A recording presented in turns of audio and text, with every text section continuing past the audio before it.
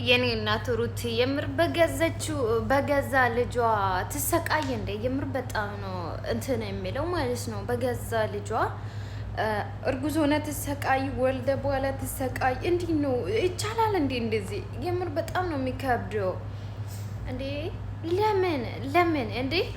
እውነትም አብርሃም ዲኤንኤ ሊያስመረምራት ነው እንዴ? ሊያስመረምር ነው እንዴ የወሰደ?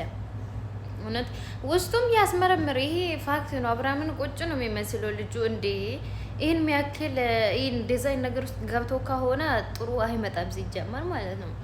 ግን የምር በራሷ እጅ ማለት በራሷ ልጅ ትሰቃይ።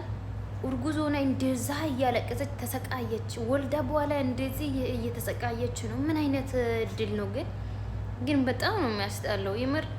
አንዳንዴ አዝናታለሁ፣ አንዳንዴ ታናድደኛለች፣ አንዳንዴ የምር አሁን የተደረገችው ነገር እውነትና እውነት ከሆነ በጣም ነው የሚያሳዝነው፣ በጣም ማለት ነው።